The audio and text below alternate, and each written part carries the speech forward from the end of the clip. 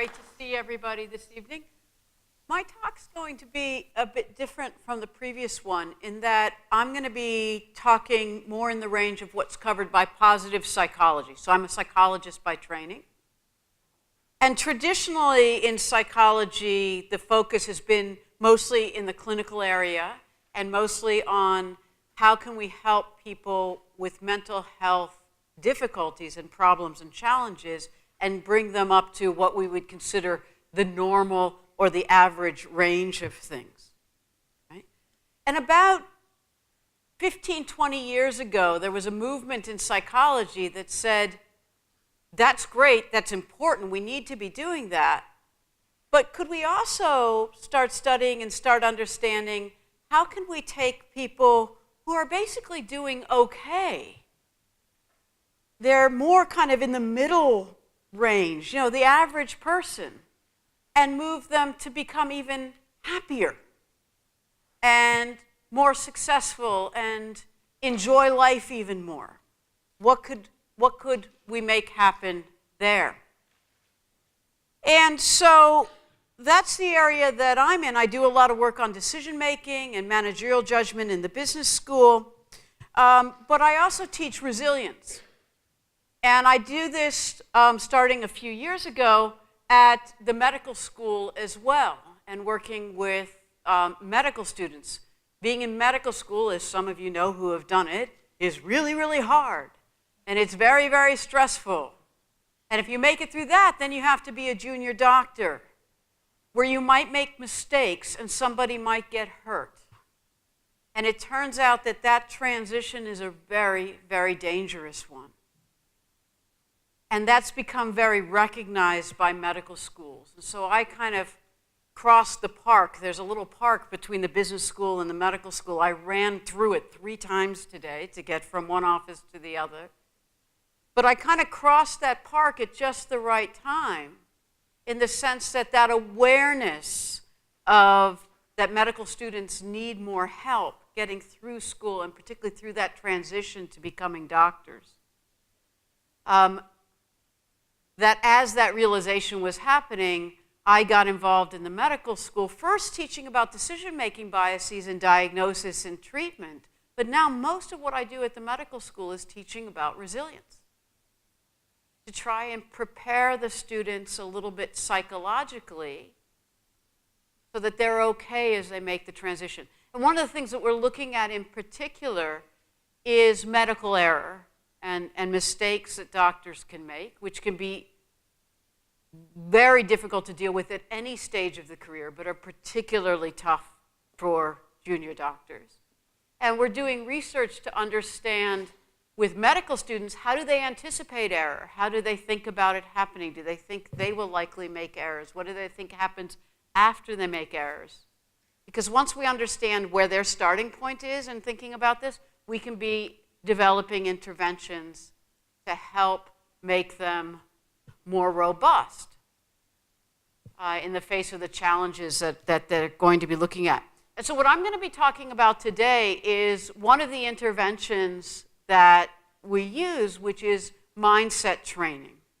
And some of you will have heard about growth and fixed mindset, and some of you this will be new for, but it's a very, very important concept. But before I tell you what it is and why it's been so powerful, both with our business school students and with our medical students, I first want to have you look at a couple of statements and have a read of those statements and kind of self-diagnose. Do you pretty much agree with those statements?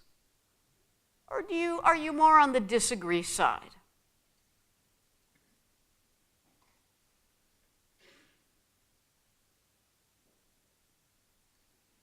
Let me have a show of hands. How many of you are more on, kind of more towards agreeing with those statements? All right. How many lean more towards disagreeing with those statements? Okay. Good. It looks like kind of 2/3, 1/3. A lot of times when I do that with the medical students who are first coming in, So I talk to them in induction week, in orientation when they first come in. You get kind of a flip. There's much more belief in these statements. So what these statements measure is the degree to which you have a fixed mindset. A fixed mindset is the belief that you have it or you don't. Sure, you learn stuff, but your basic talents and abilities and intelligence in particular, it's fixed. You have it or you don't. When you disagree with those statements, you're more likely to have a growth mindset. The belief that you get smarter by doing things, by practicing, that with experience, and importantly, by experiencing setbacks and failures sometimes and then overcoming them. So that's the fixed and the growth mindset. And let me just tell you about one experiment that just used one sentence manipulation to give kids either a fixed or a growth mindset. So in research on this, and there's been about 30 years of research in this area, you can either measure people's mindset and then see what it predicts, or you can actually, amazingly easily, give people a mindset. So here's an example. You bring in kids who are around 8 years old, and you give them some puzzles to solve. And those of you who give IQ tests, you may be familiar with, this is one of the 12 subtests. You get a picture of a design, and then you have these blocks, and you have to recreate the design with the blocks. And the one the kid is doing there is hard. There's lots of diagonals, there's lots of things. You can see the card over there on his left, that's what he's trying to reproduce. That's actually a difficult one. But in the experiment, when they first come in, they're given really easy ones, like maybe half the card is one color and the other half is the other color. So they're pretty easy. And so they come in one at a time. But in this experiment, all the kids, they can do it pretty easily. They do it well. The experimenter sitting there with the kids says one of two things. They either say, wow, I was watching you do that. You did really well. You solved those puzzles really well. You are a very smart kid. You're very intelligent. The other half of the kids were told the same thing. I saw you do that. You did it very well. You worked really hard at that. You're a kid who puts in a lot of effort. Those two things. Then the kids were asked, we got a bit more time, so there's time you could do another puzzle. Would you like one kind of similar, an easy one, kind of similar to what you were just doing, or would you like a hard one, a harder puzzle? Raise your hand if you think the kid which kid do you think is more likely to go for the challenge for the hard puzzle? Raise your hand if you think it's the kid who was praised for being intelligent. All right, so a number of you think that. How about the kid who praised for effort? Okay, good. The kid who is praised for intelligence is much more likely to say they want to do the easy task. And that goes completely against how we've raised the last couple of generations of children, right? Which is that if we tell them they're wonderful and smart at everything and everyone gets a trophy and there's no losers, everybody's a winner, if we tell them that, they'll build solid self-esteem and they'll take on challenges. And in fact, what it does is it gives them a fixed mindset. It tells them, you have it. These other people don't. You're special. You have it. And it makes them very fragile, and it makes them very careful about what they do and what situations they put themselves in. So the kid who was praised for intelligence, if that kid does the harder task and can't do it, that's going to be embarrassing. That's going to feel bad. They're going to feel stupid, right? If you're a winner when you win, then you're a loser when you lose, right? So that kid's going to play it safe. The kid praised for effort, they don't have much to lose. It's all about effort. If they put in the effort and they can't quite do it, that's okay as long as they put in the effort. So a much higher percentage of kids who are praised for effort go for the harder test. In the experiment, they then actually say to the kids, oh, you know what? I only have this one test right now. And they're all given a hard test. And it's really hard to solve these puzzles, and they really struggle. All the kids do. And their performance on that really difficult task is about the same. But the interesting thing is, then they're all given an easy task again. Oh, we have a couple more minutes. They keep tricking these kids. Oh, we have a couple more minutes. We have time for this one. And they give them some of the simple cards. And then they look at the performance there. And the kids who were praised for their intelligence, who then did a difficult task that they really couldn't do very well, when they came back to the simple one, they solved significantly fewer of the puzzles than they had before, and than the kids who were praised for effort. And the interesting thing is, when the kids were asked to report to the experimenter, how many did I solve? The kids who were praised for being intelligent were more likely to lie about the number they had solved. So just this one sentence, right,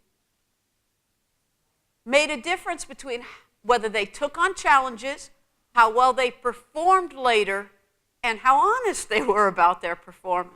And that was just one sentence. And this has been replicated in different studies. It's been replicated with adults, managers doing a difficult task. They're doing a simulation online, and they have to allocate resources in their company. And it's really hard at first, and then you start to get the knack of it. And half of them are told, you know, this is a test of your managerial ability. And half of them are told, you know, this is something that will allow you to practice. And it's something that people tend to get better at with time. And the ones who are told it's a test of your managerial ability, they just tanked. They just, it's done in a bunch of rounds, so you make decisions and then you get feedback.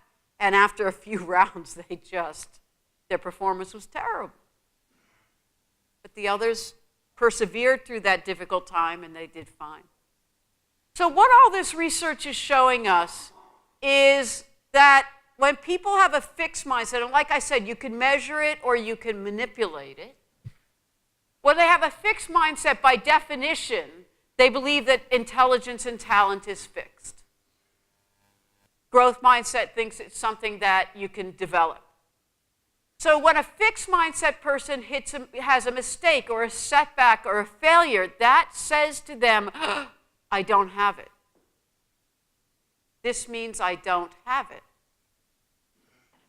A growth mindset person who meets that same setback is thinking, man, they're not exciting. They're not popping the champagne bottle, oh, I had a failure today. But instead of having this tremendous self-threat, they're thinking about, what can I learn from this situation or from this setback? I used to teach decades ago when I was a graduate student at University of Michigan getting my degree in social psychology. I taught undergrads. And it's a big school. Thousands of kids come in each year. And you know, in the US, they go live in dormitories. They're like 17 years old. They move away from home. They go live in dormitories. And if you get in a school like Michigan, it's not quite Harvard, but it's a really, really good school. And if you get into Michigan as an undergraduate, you have been top of your high school class, right? And now they're all in there together, and some of them make C's for the first time in their life. Some of them flunk a test for the first time in their life. And every year, a couple of these kids were lost to suicide. Now, some of that is, as the psychiatrists in the room know, it's a dangerous time. Late teens is a dangerous, somewhat dangerous time in terms of mental health. But some of it was that they had been told all their lives that they were smart and brilliant and special. And now suddenly, in this context, they get evidence that they're not. And it's like a central part of their identity has been ripped out of them. And now who are they? And they're so lost. And even the ones who, stay with us, which is most of them, fortunately, they stay with us, they really struggle with that. And I see it in the medical school when I talk to the incoming students. To get into Melbourne Medical School, 99.9 percentile you have to be. These kids have been at the top of everything. And now they're going to be graded on a curve. And when I talk to the year 3 students I say, how did you handle that? And this was actually really funny. This was a few years ago. I said to them, so I had a big auditorium of year 3 medical students. I said, how did you handle having come in, being the star academically, and then coming into a group where everybody's the star and, half of you ended up in the bottom half of the class? How did you handle that?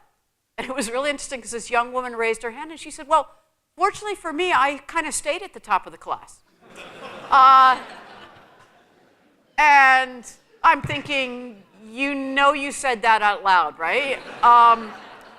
But then somebody sitting near her said, well, for the rest of us, what we had to do was recalibrate. Our identity wasn't any longer about being the top of the class. It was about being in the class. It was about learning so we can be the best doctor that we can be, not getting the top test score. It was about managing everything that we have to deal with and staying in the game and learning. And so one of the things that I do in induction week is try and pass that on to all these young people coming in their first week of medical school. And I teach them growth mindset, I teach them resilience.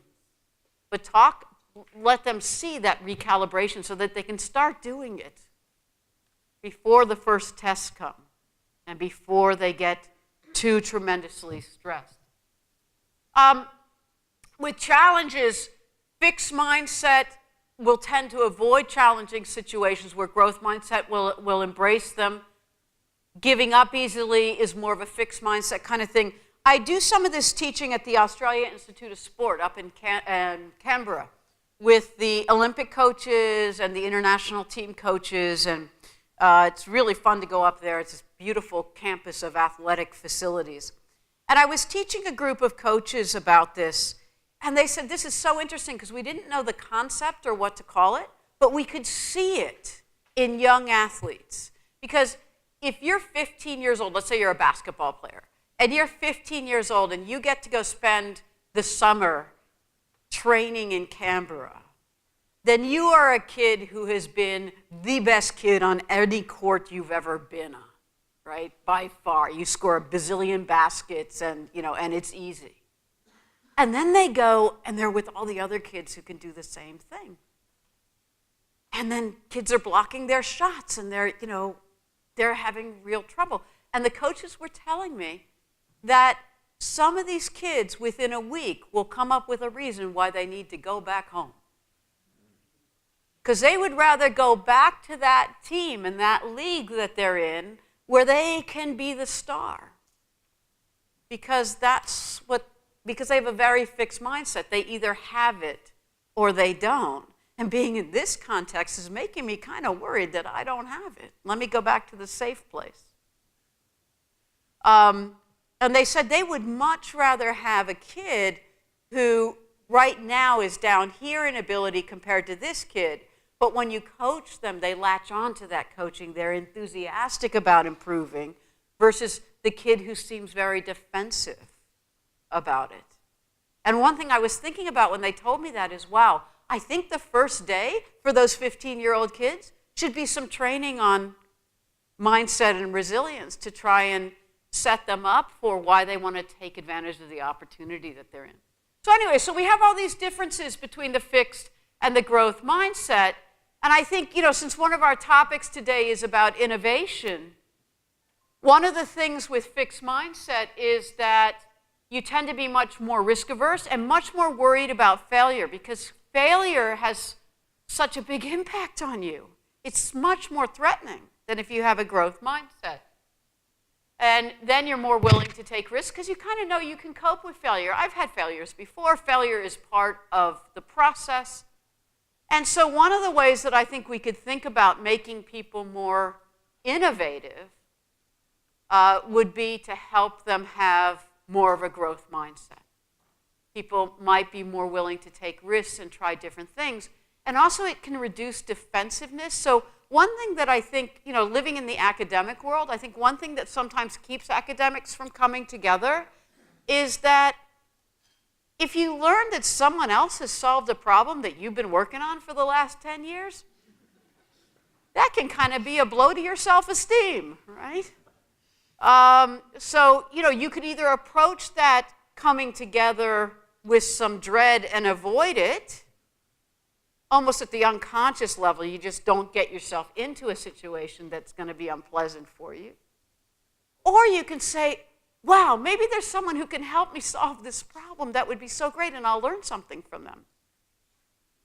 So I think that mindset plays a big role in how open people are to innovation and to change. When I teach business leaders, one of the things that we talk about is that when you try and change an organization, if there's kind of a fixed mindset in the organization, or a lot of individuals have a fixed mindset, it can be very hard to get any change because the change is such a threat.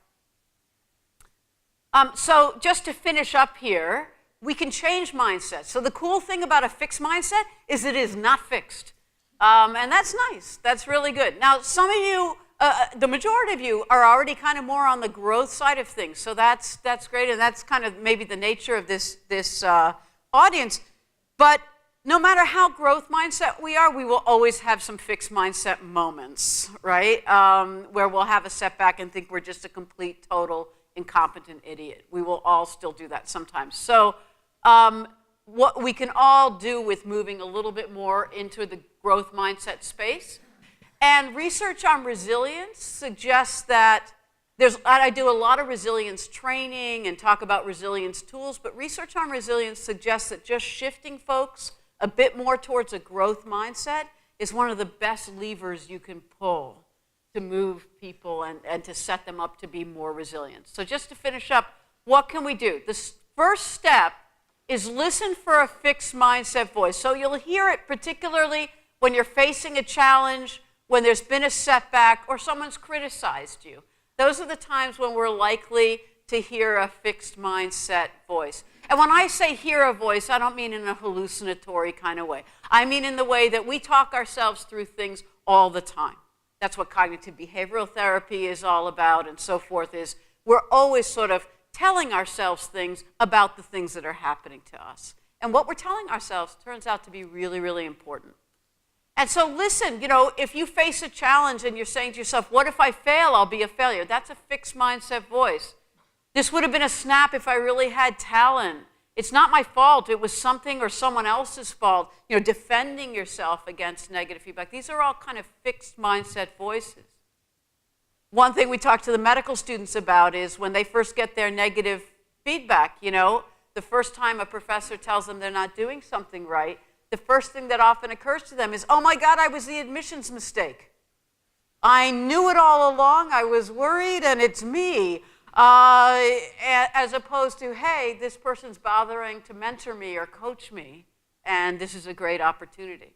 So the first step is listening for the fixed mindset voice, realizing we have a choice. When you face a setback or challenge or criticisms, you can see them as signs that your fixed talents and abilities are lacking, or you can say, gee, I need to ramp up my strategies and my effort. I need to stretch myself, right? So recognizing that how you talk to yourself is a choice that you can make.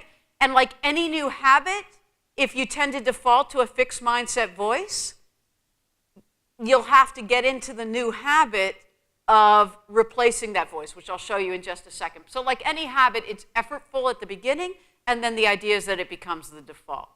So you realize that you have a choice. You don't have to talk to yourself with a fixed mindset voice. You can have a growth mindset voice. And I won't go through this whole thing, but just pick a couple of them. what if I fail, I'll be a failure. Most successful people have had failures along the way. That would be a growth mindset response. I knew it was a risk. Now I've shown the world how limited I am. Everyone has setbacks, and probably the whole world wasn't watching me at that moment. This criticism means I thought you were capable, but now I see you're not. This criticism means someone is making the effort to mentor me. If you ask business leaders, what's the hardest part of your job? They say giving people negative feedback. It's really hard. If people bother to do it, they're probably seeing some promise and wanting to invest. Okay? So I knew it was a risk now. Oh, sorry. This would have been a real snap if I really had talent. That's wrong. It takes a lot of practice to get good at this. So those are all growth mindset alternatives.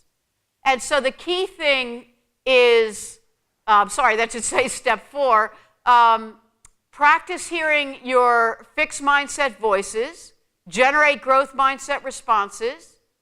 With practice, the growth mindset thinking will become the default. Okay? That's just how new habits are formed. And then look for and welcome challenges, opportunities, and think about how you're handling setbacks and criticism as opportunities to practice with the growth mindset. And for those of you who already are there with the growth mindset, you might think about how this might work in your organizations or your startups or in your healthcare settings or with your patients or the families of patients who are struggling. How might a growth mindset help them in the situations that they're dealing with, and what can you do to educate? Because the great thing about it is it's not rocket science. I mean, your stuff was hard. I mean, you presented it beautifully, but it takes some really big deal scientists to figure a lot of this stuff out. Growth mindset stuff, it's not rocket science. It's pretty easy. And so it can be transmitted, and it can become part of the language of an organization and part of the culture of an organization. So thank you very much.